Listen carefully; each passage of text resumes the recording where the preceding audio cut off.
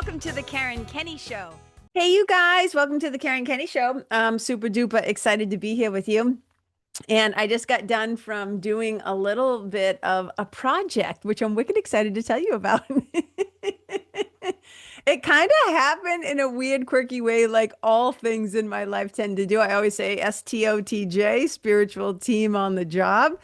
Okay, so let me just dive right into this sucker. You might tell if you're watching this, I'm still a little shiny and sweaty from what I was just doing. Okay, so my sweetie and I, at least about 5 days a week, we run. He runs like 8 miles. I run walk, right? So I kind of do whatever. But we have certain routes that we tend to do. And like anything, when you're running a certain route continuously or often, you tend to see things if you're paying attention, if you're not zoning out, right? Like sometimes when you're running, like you get in the zone and you're hyper focused. But a lot of times, if you're just even paying attention, you will start to notice things. And one of the things that I noticed so there's different routes in my neighborhood that I run on, but there's one particular stretch of road called Oak Hill Road, and we live off of that street.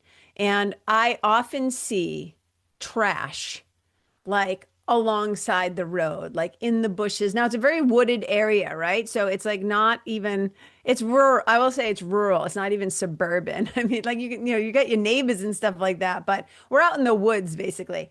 And so I often see like trash and stuff on the side of the road. And like something inside of me, like if you're watching my face right now, like I'm like gripping my fingers and I'm squinting one of my eyes, like, oh, like it hurts me. It hurts me when I see trash on the ground. And of course, the first thing that the ego mind likes to do is it likes to start like judging people and be like, oh, those damn litter bugs and people just throwing shit out their windows. And how can they do that? You get like wicked judgy, like super, super judgy in your head. And one of the things I had to stop myself is ask myself, like, well, hey, because whenever you're tempted, this is a good exercise, P.S. Whenever you're tempted to judge other people, A Course in Miracles, I'm paraphrasing, A Course in Miracles kind of taught me, this idea of whenever you're tempted to judge somebody else, ask yourself, would I ever accuse myself of the same thing?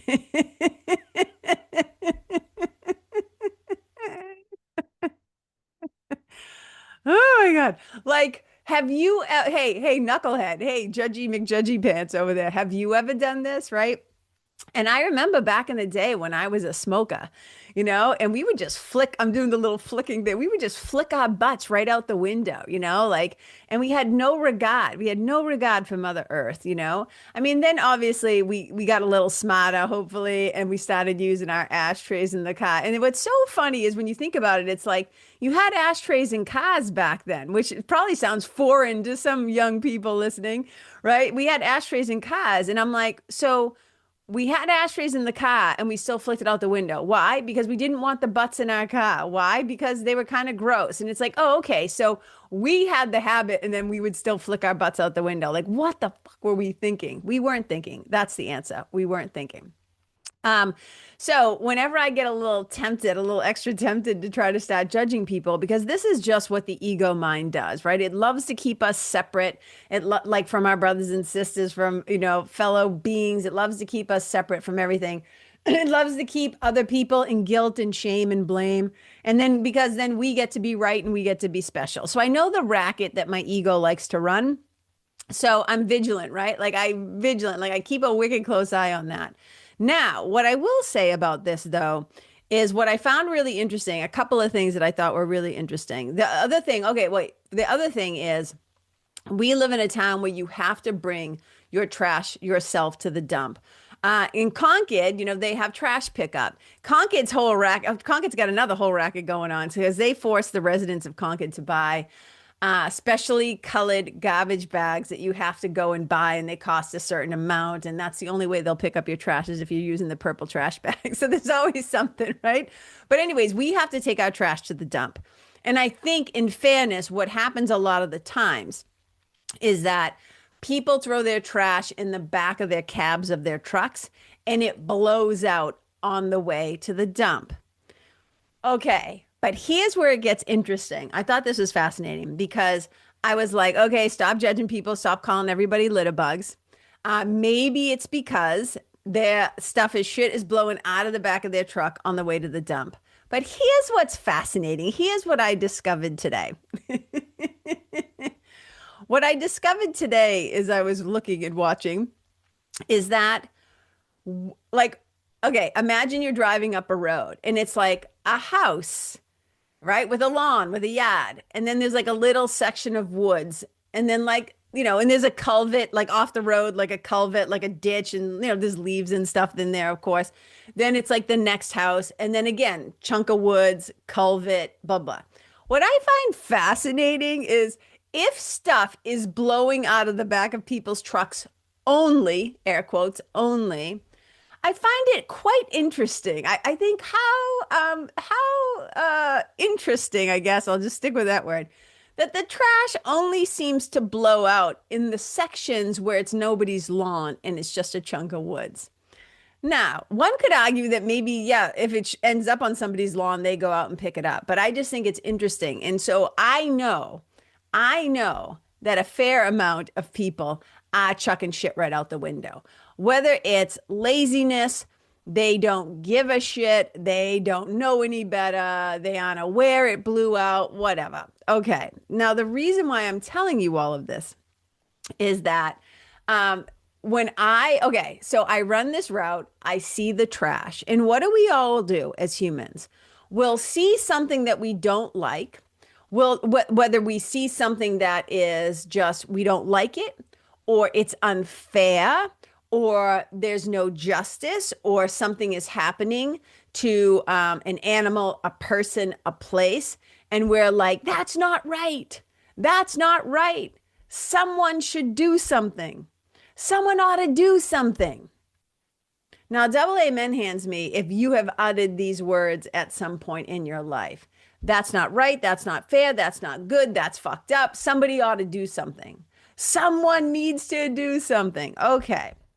Well, as I was like running this route and seeing this trash, and I had that thought, someone ought to do something. And then it occurs to me, well, someone is you. Someone is you, meaning me. I was like, okay, I'm going to do this. And here's what I think about this. And we're going to get it like, so stay with me. Okay. I often will say to myself, whoever is awake, whoever is aware, and whoever is able gets to do something. Now, the very first thing that I know like rumbles up inside of people, and I was going to call the episode, being the bigger person or the bigger person, right? So often people will see things and or be like in conflict with somebody, or there's something going on that they don't like. And it's almost like an adult tantrum, right? It's like putting your hands on your hips and stomping your feet. And it's like, why do I always have to be the bigger person? Why do I always have to be the one that does X, Y, and Z? Why do I always have to be the one that says sorry first? And why do I always have to be the one da da da da? You know why? Because whoever, as A Course in Miracles says, whoever is saner at the time. Whoever is saner at the time.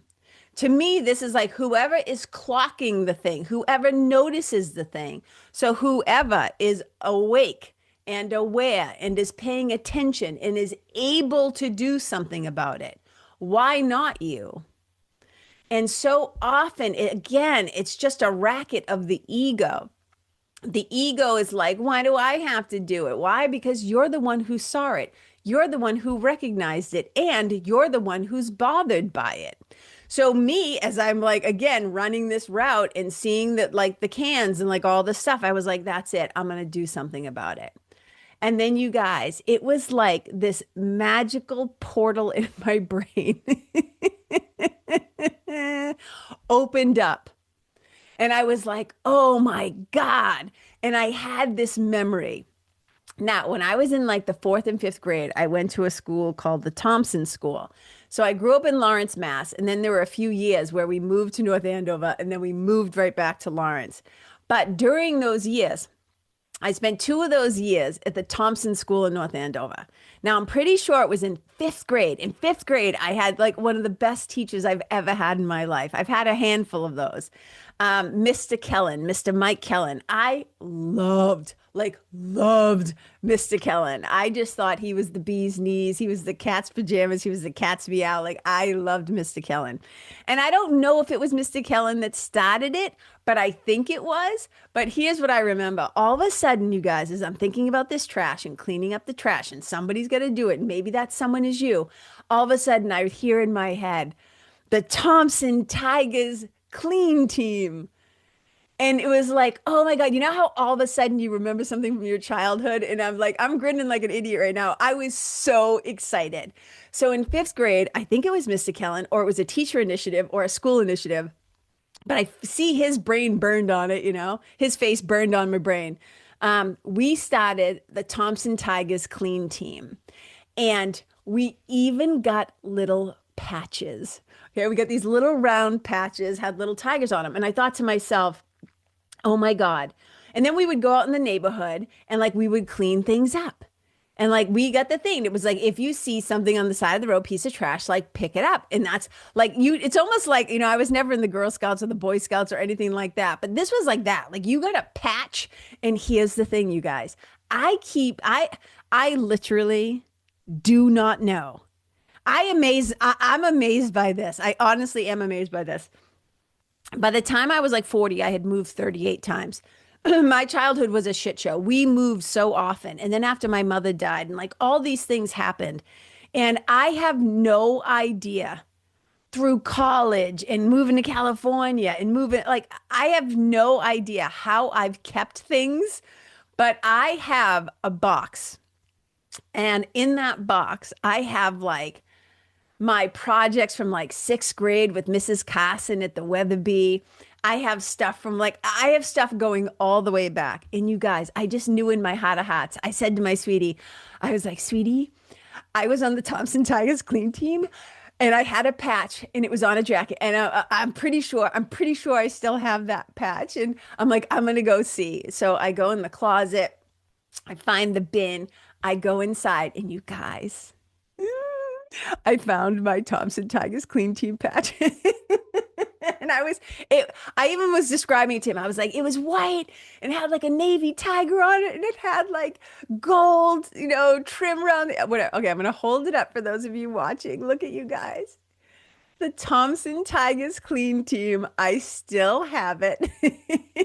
So today, I'm such a dork. I admit it. I don't care. I'm such a little weirdo. I was like, I'm going to put my patch on and I'm going to go out into my neighborhood and I'm going to go pick up all of those cans and all of those things that I have seen on my run. So that's what I did. So we walked the dogs. I basically tucked 2 trash bags in the back of my pants. I got gloves, I got my gloves. We walked the dogs to the end of our road. And then I just walked up and down Oak Hill Road. Because we just had a cleanup day on our street where in our neighborhood, we live on a private dirt road. The town does not maintain our road, so the neighbors all do it and stuff like that. So we just got together this past weekend, actually on my birthday. So we went out as neighbors and we get our street ready because we got to grade it and then roll it because it's dirt, the whole thing. So we just did our cleanup. So there was really nothing on our street to do. So I went out into Oak Hill and I walked up and down it with my trash bags. And you guys, I shit you not, I picked up 2 full-size garbage bags of trash. And you want to know what else is interesting? Besides me feeling, I was just so excited that I was being a Thompson Tiger Clean Team member again. So here we are, like what? 47, maybe 48 years later? No, even less than that. Maybe 50 years later. I was out there cleaning stuff up. I had my little patch. I had my gear on. I was so excited. But one of the things that I noticed, besides noticing that the trash just kind of magically seems to appear in the sections where there's not houses, so you just know some people just hucking shit. What I found fascinating is 90% of what I picked up was alcohol cans and bottles, beer cans and bottles, like alcohol, like liquor. Like people had gone to the packy and got themselves some booze. I was like, why is it that and I was like, and I started laughing. I was like, America, we have a drinking problem. Hello, hello, anybody out there? And I was like, wow, it was just crazy. They were like nips, they were like quart-sized bottles. I was like vodka, like remember the Shape of Mad Dog 2020? There were some of those bottles. I found all kinds of stuff, but two trash bags full. And I was thinking to myself, first of all, I was just so happy to be doing it. But what was awesome, while I was out there doing this, I bumped into a few people. So I was now coming down Oak Hill. It's like this steep hill. And there was an older woman, probably like in her late 70s, early 80s, out there doing her walk. And I had my earbuds in, listening to some Fleetwood Mac, as I was doing this stuff. And I could tell that she was talking to me, but I couldn't hear. So I popped out my earbuds and I said, hi. And she's like, she literally kind of like hands on her hips. She's like, can you believe how people just litter and throw stuff out of their cars? And I said, I know. I said, it's awful. And I said, but here's the thing. I go, we also live in a town where we have to take our trash. So I explained it to her. We live in this town where we have to take our trash, as you know, like to the dump. And sometimes it probably blows out of the back of people's cars and stuff. She's like, I know, but there's just so much of it. And I said, I know. I said, I agree. I go, and I got to tell you, I've seen it a bunch of times. And I finally was just like, someone has to do something. And I said, and today that someone is me. And she said to me, well, she's so cute, first of all, in her little walking shorts. She had white hair. She was adorable. And she's like, well, I said, what's your name? And she said, Jessie. And I said, hi, Jessie, I'm Karen. And she said, well, you've inspired me, Karen. And I was like, yay. Like I was so excited. And she said, I live down there. She told me her house number. She's like, I'm in the Concord line. So the Oak Hill basically turns from Loudon into Concord. I live like a mile from the Concord line, right? So I'm like, and she tells me her house number. So I'm like, wow, she takes wicked long walks. She was far from her house. And she said the most beautiful thing. And this is what I wanted to tell you. She says, every day I have to find a kindness. She's like, every day I have to do a kindness. She goes, and today, this is going to be my kindness. And she said it again, you've inspired me. And I was just like tickled pink. I was just so excited.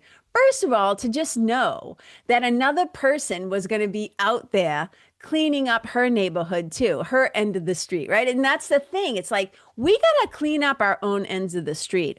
And I've often said this to my clients. It's so easy to bitch about people out there. So often, and this is literally the analogy that I'll use. I'll say, it's so interesting. We'll stand in our front yard and we'll look out and meaning look out onto the street or at our neighbors or the rest of the world, right? And we'll say, there's just shit everywhere. They're just letting their shit go everywhere, meaning their opinions, their behaviors, their bullshit, the stuff that they do that you don't like. And we'd just be like, they're just letting their shit go everywhere. Look at it. It's a mess.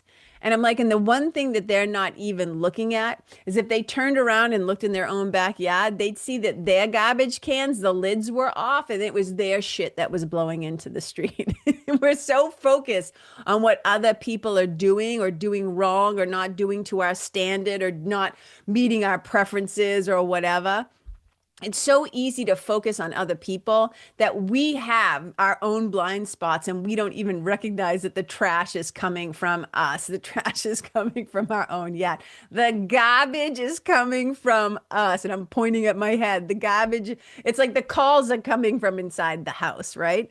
And I was like, rather than focusing on what everybody else isn't getting right, what everybody else is doing wrong, we can be the change. We can do something differently. Again, whoever is aware and awake and paying attention and is able, right? You have the means, you have the energy, you have the ability, whatever it is. If you can do it, why not have you do something about it? And it got me to think about how, so often, and especially right now, and I say especially right now, knowing that there have been other times in history when it has been a colossal shit show. We can just like pick up a book. I'm not being fresh, but literally like pick up a book and read about our history. And you will see there have been times when there have been famines and droughts and like the Spanish flu and the depression and just like, slavery, like just look at time, slavery and just stealing the land from indigenous people. You just look at throughout history, there's always times when we can say now more than ever. Right? It feels that way. Like right now it feels like we want to say now more than ever, but there have always been moments throughout history and throughout time when it has been just civil war, right? Overwhelmingly awful. But individuals, right? This is when you think about the collective, when you think about, again, a family, a neighborhood, a city, a culture, a government, whatever, all that it's made up of is individuals. And there's always enough trash. I always say shit that goes on in the world, whether it's starving children or sex trafficking or racist Christian nationalism ideology or people like, like being awful towards trans people, LGBTQIA people, whatever. The reason why these things go, why we have an alligator Alcatraz is because enough individuals are okay with it. That's how we end up, quote unquote, here with things being a shit show, is because enough people are okay with it or believe in it or want it that way. So when we see things that we don't like, there are going to be times when you can't do anything about it. What can you do when you see things that you don't like, right? Like you can speak up, you can vote, you can make phone calls, you can intervene when it's like smart to do so, et cetera, et cetera. So we have to do that. But a lot of times what happens is it's really easy to focus on what we don't like. It's really easy to focus on the quote unquote bad people or the other ones or the other side or whatever. And it's so easy to get caught up in what everybody else is doing that you forget that you have some individual power, that you too have autonomy and agency and authorship and the ability to, there's another A word I wanted to say, autonomy, agency, authorship, and authority, right? Where you can get some shit done too. And I often say to people, if there's nobody else around who's gonna fix it or whatever or change it, what can you do? And I've had people, say like, oh, somebody, I wish somebody else would run for office. I've had people say to me, like, why don't you run for office? And I say, oh, no, no, no. I'm not a politician. I use my big mouth in other ways. But hey, why not you running for office if that's something that like you're capable of and into and want to make change, right? There's a lot of ways to make change in the world. But here's what I wanted to say. While we're focusing on the negative or the bad or quote unquote those people, we lose sight of our own power. We lose sight of the ways that we can make a difference and we can make a change. And I was thinking about something that Swami Kripalu taught me. I mean, he taught anybody who was learning from him, but Bapuji, as we call him.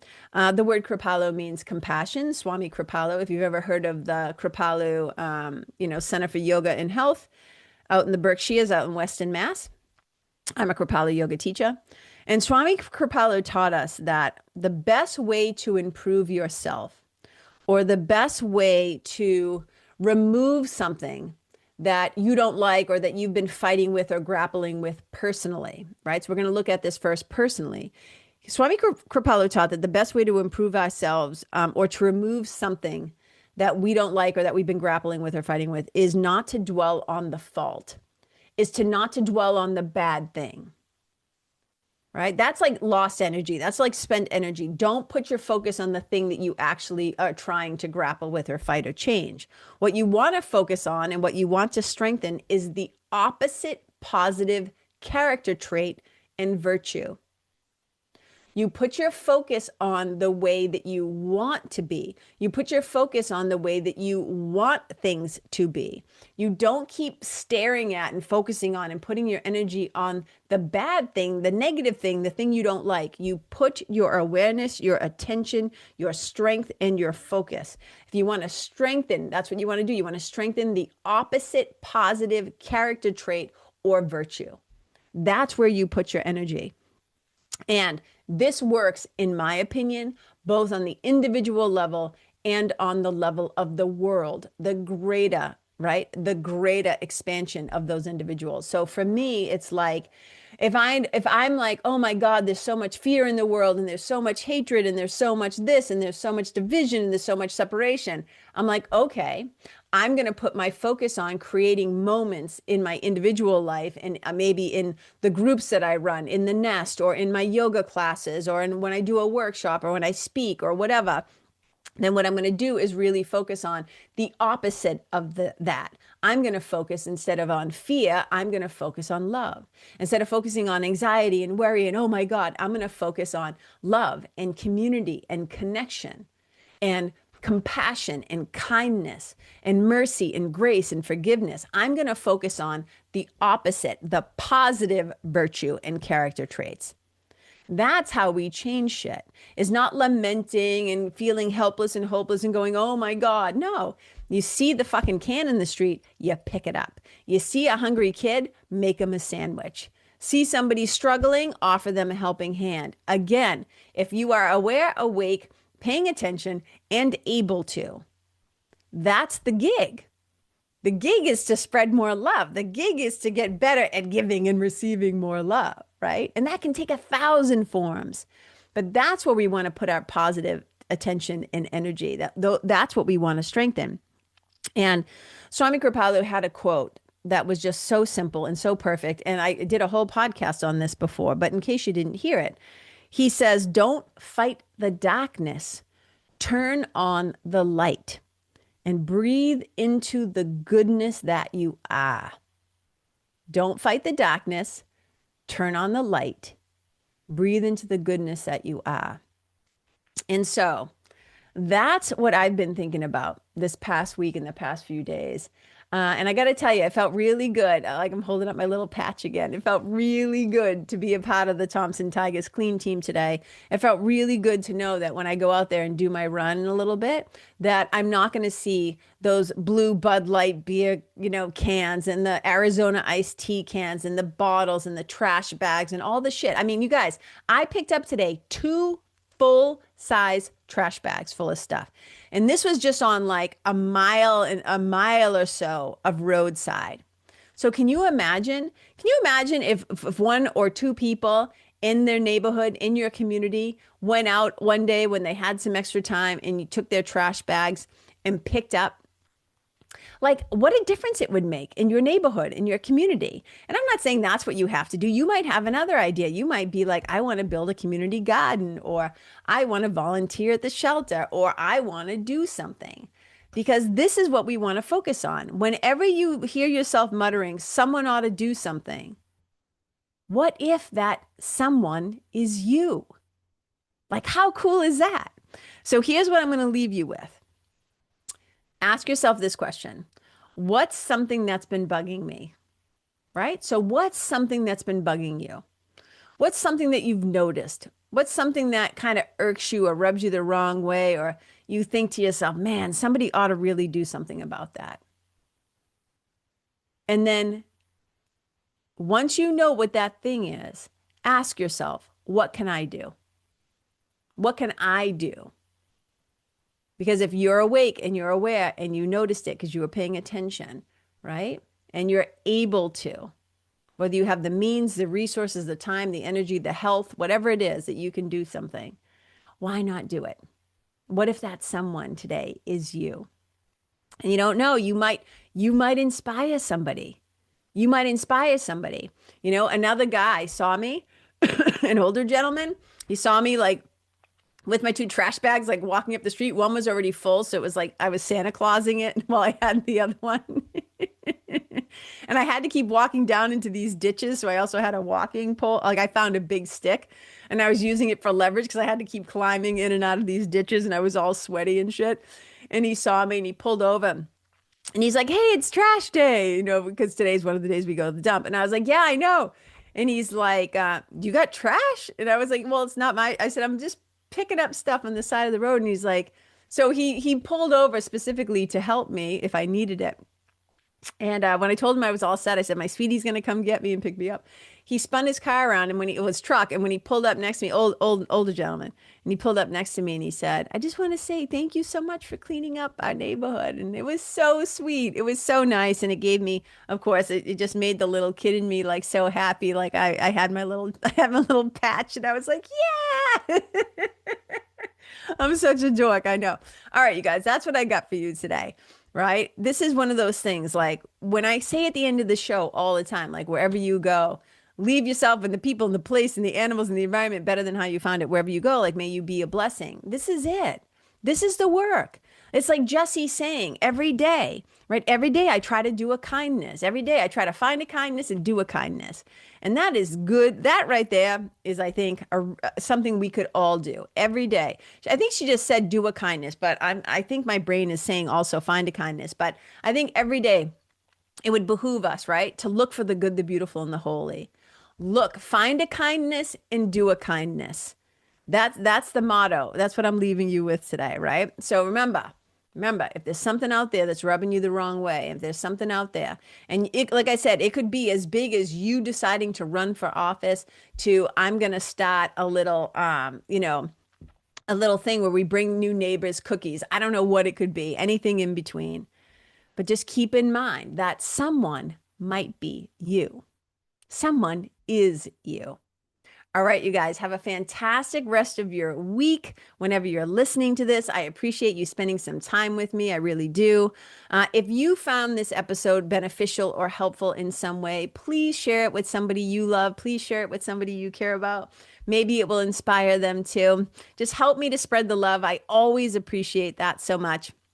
And as of course, I'd be remiss to not let you know if you want to join a spiritual community right now, people who are like working on themselves, trying to spread more love in the world as well. That's what the Nest is all about, my spiritual mentoring group and community. $50 a month. You can just sign up at Karen Kenney /The Nest or just Karen Kenney Nest, N-E-S-T, KarenKenney.com/Nest. And then I work with people one-to-one as well, KarenKenney.com/Quest. And you can just go to my website to see all the shenanigans, things I have going on. And then also, if you ever want to support the show, I have a little tip jar, and it's just KarenKenney.com/tip jar.